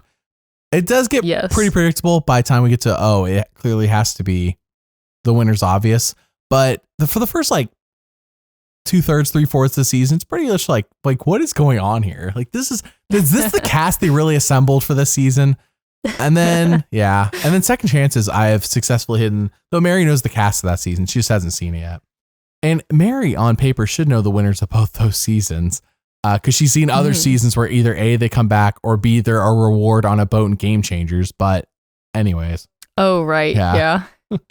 But Mary has the memory of she doesn't remember things like that, but she'll remember a person's face and therefore connect things really fast once she sees a face. So. I'm the exact same way. I'll remember faces and even some specific moments, but when it comes to numbers or remembering the name of a season, you would not have thrown Palau out right away on that 3-way tie. You would have been like, ooh, that's an option. Right. Yeah, exactly. Yes, 100%. I'm like, there's no way. Palau never had multiple 3-way ties. Same with Redemption Island. That would have been too crazy for those seasons.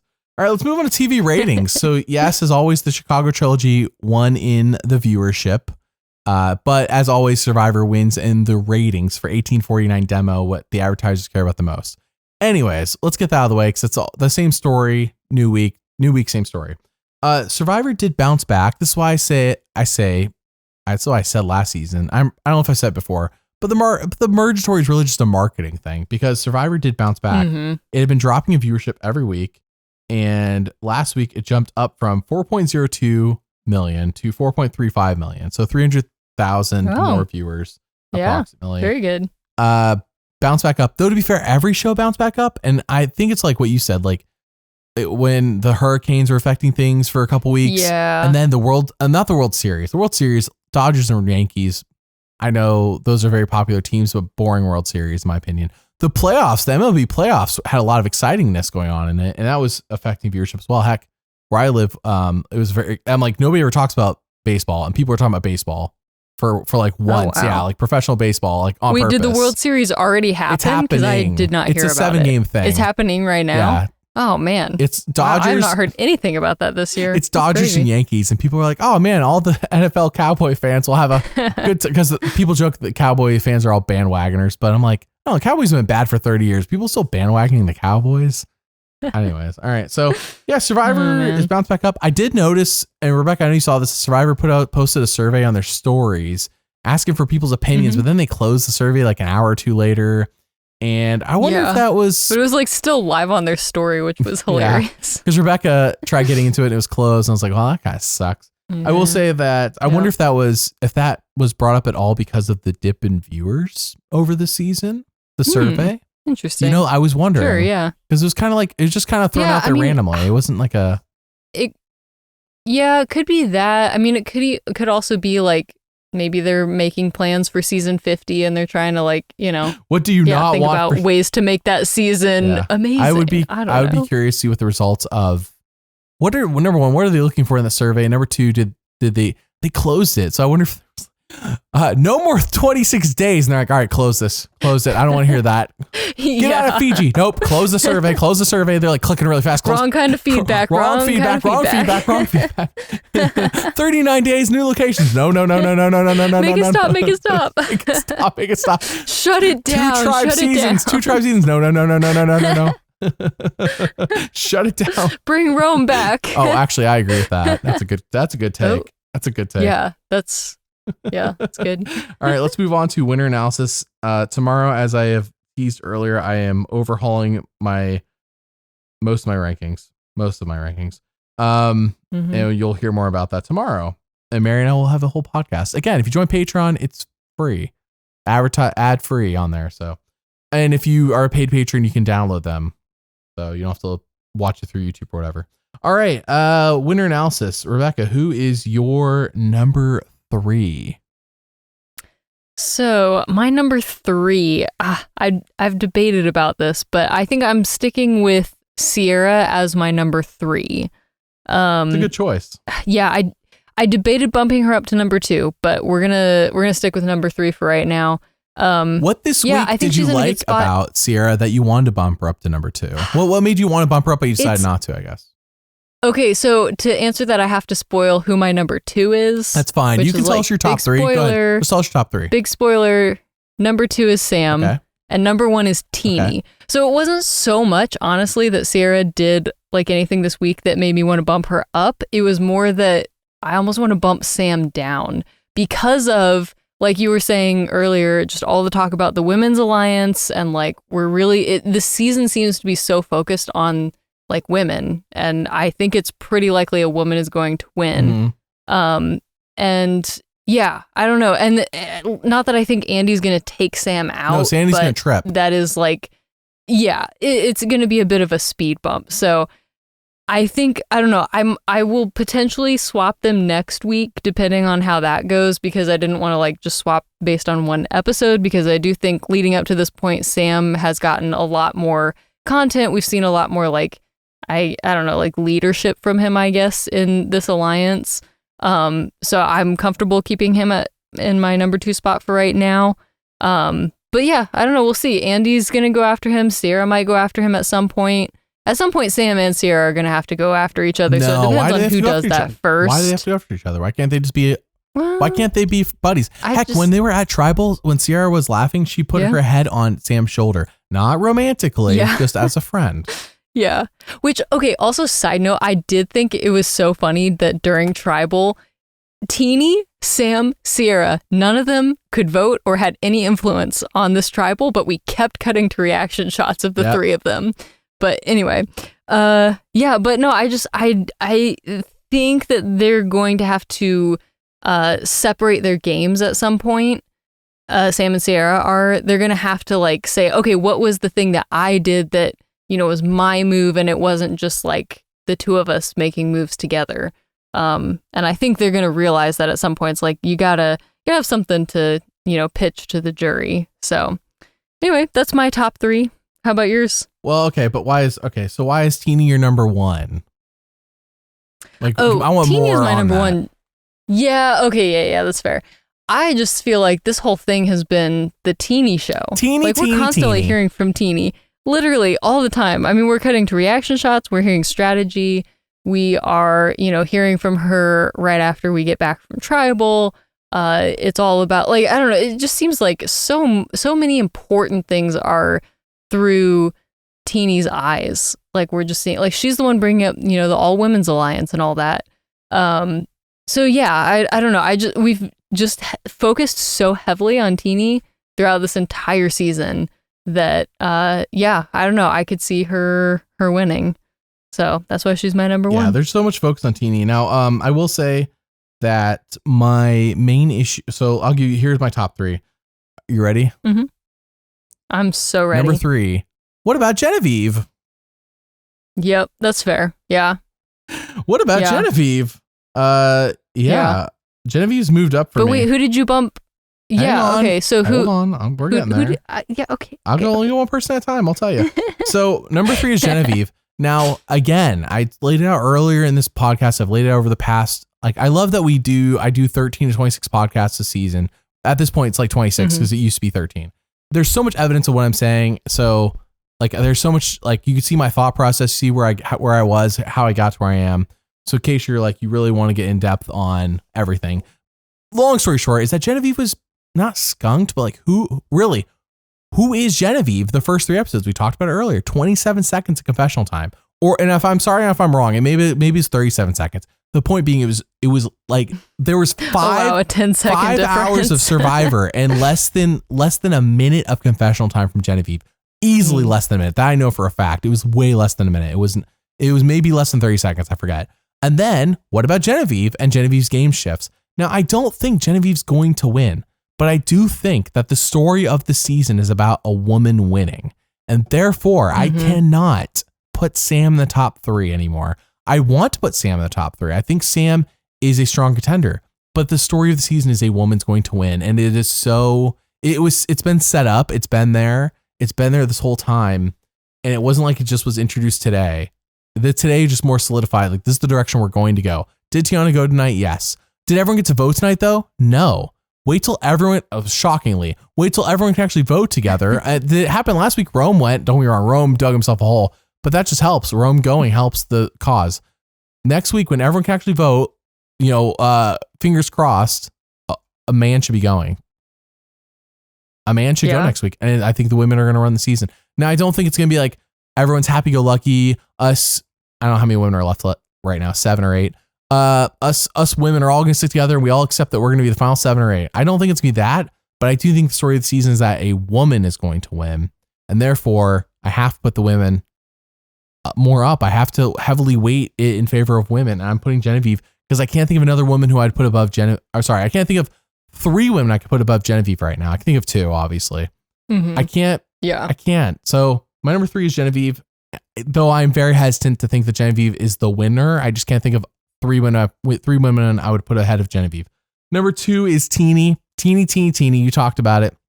My issue with Teeny's edit, you weren't there. I dropped Teeny last week to number 2. My issue with Teeny's edit is that who is Teeny as a person? Yeah, that's fair. Where's Teeny's personal content? Too much strategy, not personal enough. Right. It's all strategic. It's narrator, but narrator and strategic does not always equal winner in terms of the storytelling. But Teenie does have a lot of strategy. We are very focused on Teenie. If Teenie were to make it to Final 5, Final 4, and not make it to the end, that makes sense. That totally lines up with the story being told right now. Teenie will be happy to champion whatever. If it's all women or a woman or two women, doesn't matter. Teenie will happily champion to the jury. We vote a woman to win. Clearly. Yeah, that is true. Yep. Clearly. Teenie's pro is happening. We saw her in the Survivor Social Hour. We saw her in this episode bringing up, even showing the Black Widow Brigade. Mind you, whenever they do something like that, where they show a past season in a positive light like that, that's always been a good sign. In a positive light, a good sign. Not Eric gave immunity to Natalie. That's not a good sign. That's a bad sign. But like a good sign for there Teenie, being a women's alliance in this episode. Is that remember when Austin was like, D, I really like you. We could be like Boston Rob and Amber. And D's like, yeah, I could toy with Austin or whatever.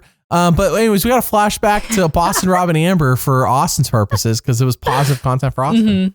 Yeah. Oh, that's so funny. For those who don't know what I'm talking about, D helped Wendell cheat on his baby mom. By the way, Wendell's equally as responsible, if not more. They both are equally responsible, but Wendell more so, I would say. They're both responsible. It helped Wendell cheat on his baby mama with her, and they're still together as far as I know, as of May. I don't know if they're still together today, but they were still together, and she knew at that point he had cheated on his baby mama with her. It was public knowledge. He acknowledged it on Twitter. The whole thing. Point being is that if you go back and watch 45, Dee actually never says anything along the lines of I want a relationship with Austin. I really like Austin. And that to that extent, it's very much like, it's like a fling I'm having here on the island. It's Austin that's always saying, I really like Teenie. I really want, D. I'm getting mixed up here, dude. I'm getting mixed up. I'm not saying him and Teenie can't be together, but he's actually dating, Austin's actually dating Jeff Probst's niece right now. So wait, really? For real. Oh, that's cute. For real. That's in my Survivor 45 and Survivor 46 secrets videos if you want all the details I could find. There's been no new details since then that I know of, so. All right. Anyways, Teenie's number 2. No personal content really for Teenie, except for that fact that she picked her own clothes and Jeff did not in episode 1. She did get a mat chat. Yes. Andy also got a mat chat. Yeah. And Gabe got a mat chat. They're all still in the game. Can't ignore these things, but Teenie's the only woman with a mat chat. Teenie's name is also highest in the intro. And there's also the intro. But it is not high as Dee's, and people keep trying to tell me that doesn't matter. Her name's the highest, and that's all that matters. I'm like, no, Hunter's name was the highest in 46, but his name was middle of the screen highest, and he went out in the middle of the season. Teenie's name is not as high as Dee's, and it is not centimeters. It is a noticeable difference. If you overlay the two shots of Dee and Teenie, and you overlay, you put them over, it's not, I'm not over here. I didn't have to pull a measuring tape. It was obvious. I didn't have to measure and is there a difference? You're not counting. I'm not pixels, squinting. I'm not using a microscope. It was there's no counting pixels. It was an obvious difference, plain to the eye. It's just that without seeing D's, Teenie's looks as high as D's without doing that kind of insanity going on DaVinci. There we go. I connected it. Going on DaVinci, you take the intro 45 and 47. Or Adobe, whatever your preferred program is. So if you're really pretentious, Avid, that's what we were trying to say earlier. That's for the pretentious snobs, Avid. Oh, I only use Avid. Yeah. Avid's the only program to edit my movie in. Because when you watch it in the theater, they're going to know if you used Avid or not. Yeah, okay. Because the logo's at Rebekah and I joke about this because we know people who are legitimately like this. This is a legit thing. Anyways, only use Avid. Avid's the only proper program. It's the only non-linear film editing program that I use. Because that's what that's the industry standard, okay? If you don't use the industry standard, you've basically made trash. Nobody will watch your thing if it's not with industry standard technology. Is your boom microphone the Sennheiser industry standard? Oh, then I don't want to listen to it. Get out of here. All right. So anyways, Rebekah, I have a bone to pick there. Teenie, number 2, lacking personal content. Sierra's my number 1. She has everything I'm looking for. She does not have she doesn't have an in your face edit, kind of like Kenzie and Dee. I feel like Kenzie and Dee had a much more in our face edit. But Sierra is checking all the boxes. Even dunking on Andy this episode was a box checked for me. The winner is always looking. The winner always comes across maybe not as the smartest, but one of the smartest. Sierra never comes across as dumb. Even when Andy's like, who should he target? It's like Sam and Sierra. Sam and Sierra. Sam. It's really focused on Sam's the target.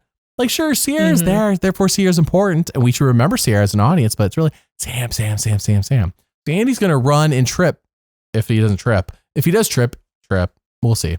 Sam is his target, not Sierra. Sierra, I think, has everything. Yeah, that's really interesting. You bring up a lot of good points. And I think something that I do tend to look for in like a winner edit is, I don't know, like main character energy, which is like, I don't know. It's hard to define. Rome but like, had main character energy. Rome did. Teeny does, I would say, even though, again, it's fair that we're not getting as much personal content from her.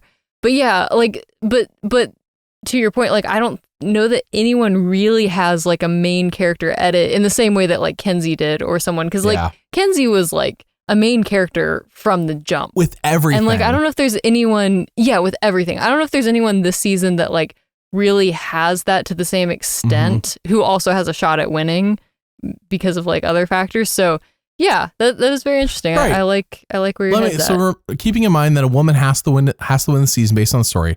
Genevieve has main character energies, yes or no? I would say no, because she was so ignored for the first episode. Main characters are there the whole time. The whole time. Yeah. Teeny has main character energy. Definitely has main character. But again, not as much personal content, like you said. Main characters should have developing character, or we should be developing their characters as we go. Does Sue have main character energy? I would say no. What? Not really. What about Caroline? Not really, because again, it's anyone from Blue. It's just like, I don't know. We've just gotten so little content. We're almost never hearing from them unless it's like relevant to tonight's vote. You know what I mean? Right. What about Mary's doppelganger, Rachel? Rachel's an interesting possibility. I think that she has not like really made moves yet because she really hasn't had much power, and like she's been on the wrong side of some votes, which is never great. I don't think she's really been portrayed in the edit as like, I don't know, this is a person to pay attention to, you know?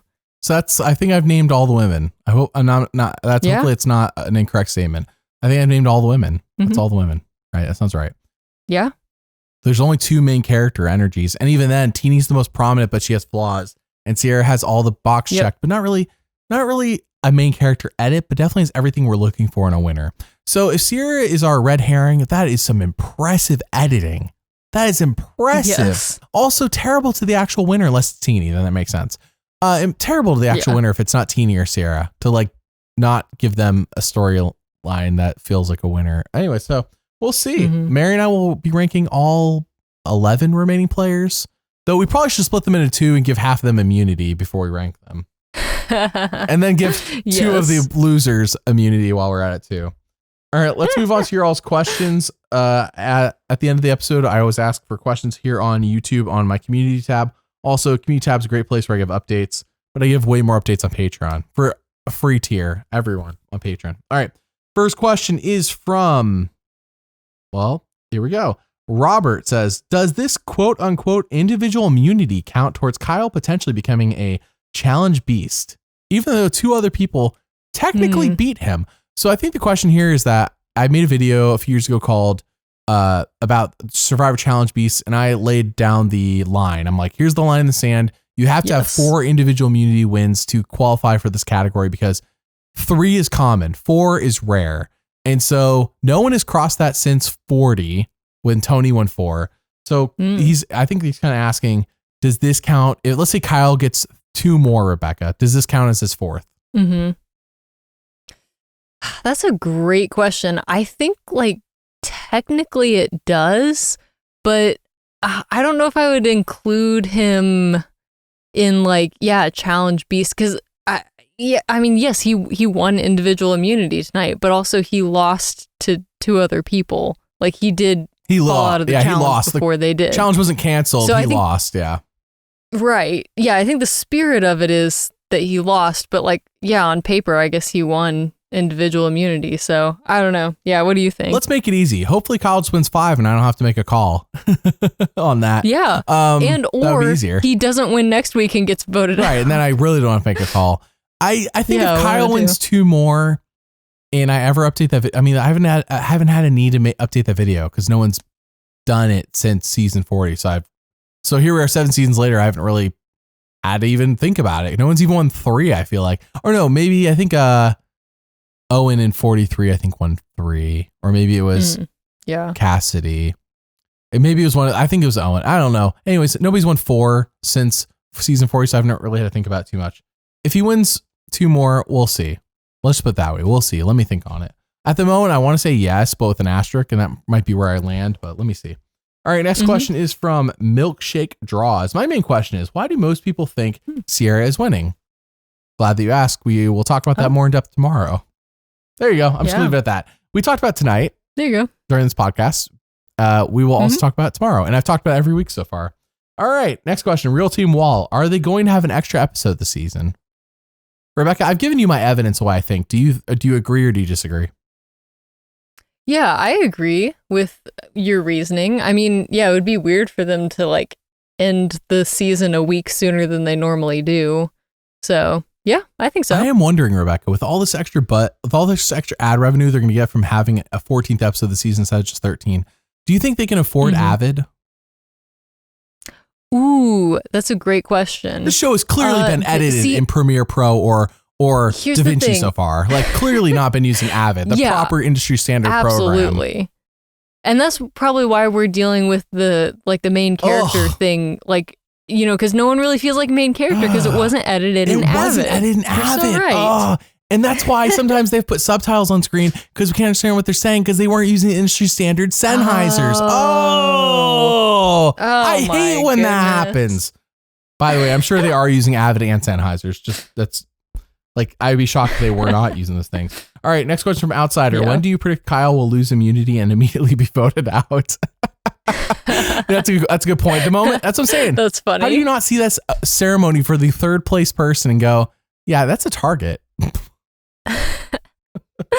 Yeah, I think next week. I really do think Kyle's on the hot seat next week. If he the next time he loses, I think it could be next week. Very well. I think I might have even said this in episode 1, but yeah, I feel like Kyle has big hunter energy, and like I think he's gonna get voted out pretty soon. He probably does fit the hunter mold for their casting. As much as casting is looking for unique people, they certainly like to have the same unique people over and over and over again, don't they? All right. Well, they did get a pilot this season, so that's true, and nobody knows she's the pilot. Yeah, she's 45. Thankfully, they didn't get 3. Their final 3 isn't all 26-year-olds like it was in season 45. It's also not a bunch of lawyers pretending not to be lawyers, so I guess they'll give them that. Right. Randall Westgard asks, "How does Sue have time to play racquetball every day when she's so busy being a pilot?" Oh, that's a great question. Yeah, I think we answered that earlier. I think that she plays while flying, like in the that's Rebekah's guess, and I cannot guess anything better, so I'll go with it. Next question is from Jay. I think it's JBL Marble Association. Has this episode negatively affected your perception of Sam in the winners analysis? It has not affected Rebekah enough, but it has affected mine. Check out our winner analysis this episode that we just talked about. All right, last question is from Cybers Greninja. I am so annoyed that the show took a step backwards and did the stupid Mergatory again. Agreed. Yeah. That's not a question. I just agreed with it, so I liked the comment. Oh, sorry, there is one more question. Last question from BJ Rue. Did you like the fact, so I guess on a personal level, did you like the fact that Rachel was able to leave Tribal? In the sense that I like Rachel and I'm glad that she's still in the game, yes. But overall, no, because I don't know. Either way, I hate that Tiana left, and also it was just like, okay, Tuku's back at Tribal. It was just kind of like, all right, I don't know. Yeah. Either way, the premise going into Tribal was not good, so I don't know. I don't like production's decision to have 8 out of 12 people immune. However, do I like that Rachel specifically out of that group? If somebody had to get it, because Saul had to, by the way, Saul didn't have a choice. If Saul had to give it to somebody, yes, I do like that Rachel got out because it was clear. Rachel had no say, was basically thrown into, you're being voted out because you just happened to pull the wrong rock. Sorry, sucks to be you. You know, like, sure, she could have won immunity for her team, I guess, but like, let's be real. this is a crap situation for Rachel. So I'm glad Rachel got out of it, and therefore Tuku had to eat one of their own, which I think is, it's so hard to say it's fair. It's the most fair in this very unfair situation. It's the most fair way it could have gone is one tribe has to decide on one of their own going. Mm-hmm. If it had to go that way. And it didn't have to, but it had to. But it didn't have to. It really didn't. But it did, but it didn't have to. You know what I mean? Anyways, so I do. Yep. That's all the questions I have. Rebekah, do you have anything else? Yeah. No, I don't think so. I think we covered it. Quick reminder, if you rate us on Spotify and send me an email, even if you've done it before, it's okay. Just send me a screenshot of your rating. And I will send you an unreleased video from Patreon. If you're already a patron, by the way, you already have access to the video. It's not gonna be like I don't have like another video even patrons don't have access to. It's still a nice thing to do. Oh though. yes, you can still rate us. I bet you patrons have already done it. This is for everyone else. Yeah. Anyways, I appreciate you all for listening every week, and we'll see you. The number 2 on the charts. We'll see you next week, but you're number 1 in our hearts. Okay, bye. Bye.